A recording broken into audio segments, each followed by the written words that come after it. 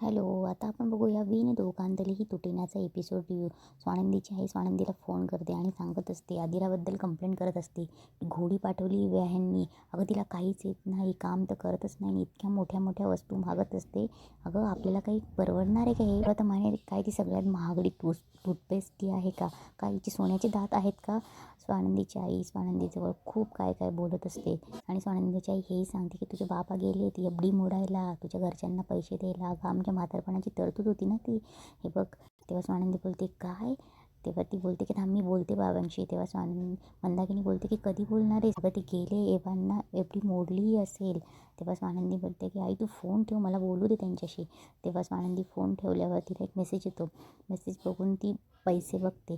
तेव्हा ती लगेच तिच्या बाबांना फोन करते आणि बोलते की बाबा हे पैशांचा फोटो का पाठवला आहेस? तेव्हा तिचे बाबा बोलतात की अगं तुझ्या सासरच्यांना पैसे द्यायचे होते ना, आत्ताच मी बँकेमधनं पैसे विथड्रॉ केले. तेव्हा स्वानंदी बोलते की अहो बाबा माझी नोकरी फिक्स झाली, मी करेन ना मदत माझ्या सासरच्यांना, तुम्ही नका हे करू ते. तेव्हा स्वानंदीचे बाबा बोलत असतात की तू यात पडू नको स्वानंदी, माझ्या बायकोमुळे हे झाले, ती माझी अर्धांगिनी म्हणून ती जबाबदारी माझी आहे, तुला शपथ आहे तू यात पडू नकोस म्हणून. आणि स्वानंदीचे बाबा फोन ठेवतात. तेव्हा स्वानंदी बोलते की काय माणसं आहे, सगळे हट्टी माणसं घरात भरलेत, शपथा वगैरे काय देत आहेत. इकडे मल्लिका सोनाराला फोन करते आणि बोलते की काय हो तुम्ही काही कळवलंच नाही, स्वानंदीचे बाबा परत आले होते का? तेव्हा सोनार बोलतो की नाही तसे काही ते आले नाही आणि आले असते तर मी कळवलंच असतं ना तुम्हाला. तेव्हा मल्लिका फोन ठेवते. तेवढं तिथे अर्पिता येते. अर्पिता तिला काहीतरी विचारणार. तेव्हा मल्लिका बोलते की थांब थांब जरा, एक काम कर, आदिराला फोन कर आणि आदिराला फोन करत गोड गोड बोलत तिला सारखी टोमणी देत राहा, तिला सगळ्या गोष्टींची आठवण करत राहा की लग्नामध्ये जे काही प्रकार घडला त्यामुळे आपलं किती नुकसान झालं आहे, असं तसं तिला बोलत राहा. इतके देत राहा, टोमणे देत राहा की ती आपल्याला सांगायला पाहिजे की तिच्या सासऱ्यांच्या मनात काय चालू आहे नक्की, त्या वागण्याबद्दल काय विचार येते. तेव्हा अर्पिता बोलते की ओके मग. तेव्हा अर्पिता फोन करते. मल्लिका तिला स्पीकरवर ठेवायला लावते फोन. तेव्हा अर्पिता फोन करून आदिराला बोलत असते की आदिरा कशी आहे, काय नाही, काय चाललं आहे? अगं मी सहजच फोन केला होता, आजीशी तुझं काही बोलणं झालं का गं? तेव्हा अर्पिता बोलते नाही गं, काय झालं? तेव्हा अर्पिता बोलते अगं ती जरा ना शांत आहे. म्हणजे आपलं जेव्हापासून लग्न झालं आहे ना आणि तेव्हापासून त्या बांगड्या आपल्या वडिलोपार्जित, तुला माहिती आहे ना आजी किती टच्ची आहे. नाही तसं तर तू आत्ता भेटूनच गेली होती आजीला, पण तू भेटून गेल्यानंतर पण ती तशीच आहे अगं. काय माहिती, स्वानंदीच्या परिवारामुळे तर नाही ना. तेव्हा आदिरा बोलते की ताई, हे बघ अर्पिता, आणि बोलते की ताई जो काही विषय होता ना तो आता संपला आहे अगं, आता शांत बस, आता त्याच्यावर परत परत बोलू नको. तेव्हा अर्पिता बोलते की पण भुर्दंड आपल्याला पडला ना गं, शेवटी आपणच पैसे दिले ना आजीला आणि मग मिळाल्या बांगड्या. तेव्हा आदिरा बोलते की हे बघ ताई, बाबा आजच बँकेत गेले, पैसे त्यांनी त्यांची एफडी मोडली आहे आणि सो ते आजीला पैसे देतील आणि होप सो की आत्ता माझ्या सासरच्यांना टोमणी ऐकायची गरज नाही. हे बघ अर्पिता ताई, मला ना काम आहे, मी तुझ्याशी नंतर बोलते म्हणून आदिरा फोन ठेवून देते. मल्लिकाचं आणि अर्पिताचं काम होतं की त्यांना आदिराकडनं काढायचं असतं. इकडे मल्लिकाला खूप टेन्शन येतं. ती बोलते नाही त्यांनी पैसे परत देता कामा नये, त्यांनी जर पैसे परत दिले ना तर आई आणि समोरच्या नजरेत त्यांचा मान वाढेल आणि माझा सगळा प्लॅन फिसकटेल. त्यामुळे आपल्याला ती गोष्ट करताच येणार नाही. आपल्याला काहीही त्यांना पैसे द्यायला नको असं अडवायला पाहिजे. पटकन मल्लिका अंशूला फोन लावते. तेव्हा मल्लिका अंशूला सांगत असते की एक प्रॉब्लेम झाला आहे. हे बघ, स्वानंदीचे वडील बांगड्यांचे पैसे परत करायला निघालेत, त्यांना ते पैसे देता येत आहेत म्हणे. तेव्हा अंशू बोलतो की काय मॉम, अगं मग तू बांगड्यांऐवजी दुसरं काहीतरी वापरायचं ना की जेणेकरून त्यांना ते पैसे देता आले नसते. तेव्हा मल्लिका बोलते की मी उगाचच तुला मूर्ख म्हणत नाही. अरे मुद्दा काय आहे की त्याच्या वडिलांनी जर पैसे परत दिले तर समोरच्या आणि आजीच्या मनात त्याच्याबद्दल रिस्पेक्ट वाढेल आणि तो वाढायला नको आहे. आता तू एकच काम कर, आता स्वानंदीचे वडील समोरपर्यंत पैसे द्यायला पोहोचता कामा नये. तू काहीही कर, कसंही कर, पण एवढं लक्षात ठेव. इकडे समर आणि आनंद ऑफिसमध्ये असतात. त्यांचं ऑफिसबद्दल डिस्कशन चालू असतं. तेवढ्यात रोहनच्या बाबांचा फोन समरला येतो. तेव्हा समर फोन उचलतो. तेव्हा स्वानंदीचे बाबा बोलत असतात की कसे आहात तुम्ही? तेव्हा समरही विचारत असतो मी ठीक आहे, तुम्ही कसे आहात, असं वगैरे त्यांचं बोलणं होतं. तेव्हा स्वानंदीचे बाबा बोलतात की तुम्ही ऑफिसमध्येच आहात का? तेव्हा समर बोलतो हो आहे, पण आता जाईल घरी. तेव्हा स्वानंदीचे बाबा बोलतात की ठीक आहे, मग मी तुम्हाला घरीच येऊन भेटतो.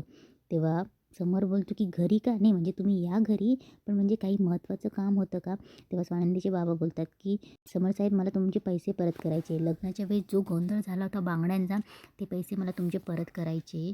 तेव्हा समर बोलतो की बाबा हे बघा, तो विषय माझ्यासाठी कधीच संपला आहे आणि याची काहीच गरज नाही आहे. तेव्हा स्वानंदीचे बाबा बोलतात की समर साहेब, तुमच्यासाठी तो विषय संपला असेल, हा तुमच्या मनाचा मोठेपणा आहे हो, पण आमच्यासाठी तो विषय संपला नाही आहे. आणि हे बघा, मी येतो तुमच्या घरी पैसे परत करायला, आणि प्लीज नाही म्हणू नका, मला ते पैसे द्यायचेच आहे. तेव्हा समर बोलतो ठीक आहे, चालेल, या घरी. तेव्हा समर फोन ठेवतो. तेव्हा आनंद बोलतो की काय झालं? तेव्हा ते बोलत आहेत की तेव्हा समर बोलतो की रोहनचे बाबा बोलत आहे की घरी येतो पैसे परत करायला, लग्नात जे काही बांगड्यांचं झालं त्यावरून.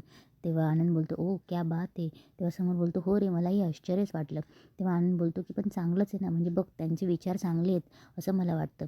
तेव्हा समर बोलतो हो, मलाही ते आश्चर्य वाटते की तेव्हा आनंद बोलतो की त्यांच्यासाठी ही रक्कम सोपी नसणार रे, आणि तेही लग्न झाल्यावर. तेव्हा समरही तेच बोलत असतो की हो ना, आणि मी नाही म्हणालो ते म्हणाले की मला ओझं वाटतंय म्हणून. तेव्हा समर बोलतो त्यांच्याबद्दल आणि त्यांच्या कुटुंबाबद्दल मी जे काही विचार केला होता ना, त्यापेक्षा वेगळी वागतायत ही माणसं. तेव्हा आनंद बोलतो चांगलं आहे. तेव्हा समर बोलतो काय? तेव्हा आनंद बोलतो चांगलं आहे, म्हणजे त्यांचं वागणं आणि तुला असं वाटणंही. रोहनने त्याच्या बाबांना फोन केलेला असतो आणि तो बोलतो की बाबा एफ-डी मोडायची काय गरज होती हो. तेव्हा रोहनचे बाबा त्याला समजावून सांगत असतात की बघ, आपण लग्नाचा खर्चही एवढा झाला नाही, ते सगळं राजवाड्यांनीच केला, आणि मला ते माझं ओझं नको होतं, आणि मला असं वाटतं की त्यांचे पैसे द्यायला हवेत आपण. तेव्हा रोहन त्यांनाही सांगत असतो की माझी पण जबाबदारी हे नाही. तेव्हा रोहनचे बाबा त्याला समजवत असतात की हे बघ, तू कर्ज काढणार आणि मग त्याचे हप्ते फेडत राहणार, त्यापेक्षा करू ना आपण, आणि मला हे ओझं खरंच नको होतं, म्हणून मी पैसे परत देणारच आहे त्यांचे. तेव्हा रोहन बोलतो ठीक आहे, मला तुम्ही सांगा तुम्ही कुठे आहात, म्हणजे मी तिथे येतो. तेव्हा रोहनचे बाबा त्याला ॲड्रेस सांगतात. रोहन तिथे जायला निघतो, आणि इकडे अंशूने ही गुंडांना सांगून ठेवलेलं असतं. आता बघूयात. इकडे स्वानंदी तिच्या बाबांना फोन करते, पण त्यांचा फोन व्यस्त येत असतो, म्हणून स्वानंदी रोहनला फोन करते आणि रोहनला सांगत असते की रोहन, बाबा बँकेत गेले होते. तेव्हा रोहन बोलतो की हो, मला कळलं आहे ताई. तेव्हा स्वानंदी बोलते की मग तू त्यांना अडवलं का नाही? तेव्हा रोहन बोलतो ताई, तुला असं वाटतं की मी त्यांना अडवलं नसेल? तेव्हा आनंदी बोलत असते की बाबा एफ-डी मोडतायत, अरे तू त्यांना का नाही अडवलंस? तेव्हा रोहन बोलतो की हे बघ ताई, मी त्यांना अडवलं, आणि त्यांनी दिले काय मी दिले काय सेमच आहे. मला बाबांचं पटतंय अगं, त्यांना ते गिल्ट नको आहे. तेव्हा स्वानंदी बोलते की पण तुम्ही का करतायत हे, मी करते ना सगळं मॅनेज. तेव्हा रोहन बोलतो की नाही आहे ताई, बाबांना तुझ्याकडनं पैसे नव्हते घ्यायचे, आणि देतायत ते देऊ दे, आणि असंही मी माझ्या पगारातनं बाबांसाठी पैसे बाजूला काढणारच आहे ना. तेव्हा स्वानंदी बोलते की मुळात बाबांनी हा खर्च का करायचा आहे, का द्यायचं आहे? बघ, मी नोकरी करते, मग गप्प बसायचे का? माझी आई आहे, माझ्या घरचे, आणि मुळात हे माझ्या सासरच्यांबद्दल आहे, तर मग मी नोकरी करून काय फायदा? आणि मुळात बाबांनी त्यांच्या इन्व्हेस्टमेंट त्यांच्या आयुष्यभराच्या अशा मोडून का टाकाव्या, हे मला पटत नाही आहे. तेव्हा रोहन बोलतो की हे बघ, तू बोलून बघ बाबांशी, मला नाही वाटत आहे तुझं ऐकतील, आणि असो, मी बाबांसोबत येतो समर सरांना भेटायला. तेव्हा स्वानंदी बोलते फोन ठेवल्यावर कधी कधी ना हट्टीपणाचा कळस गाठतात तुम्ही दोघं. तेवढ्या तिकडे स्वानंदीचे बाबा बघतात, त्यांना जाणीव होते की कोणीतरी गुंड त्यांच्या मागे येत असत. ते पटपट जातात, ते गुंड त्यांना अडवतात, ते गुंड त्यांना घेरतात आणि जाळ्यात अडकवतात, आणि इथेच आजचा एपिसोड संपतो.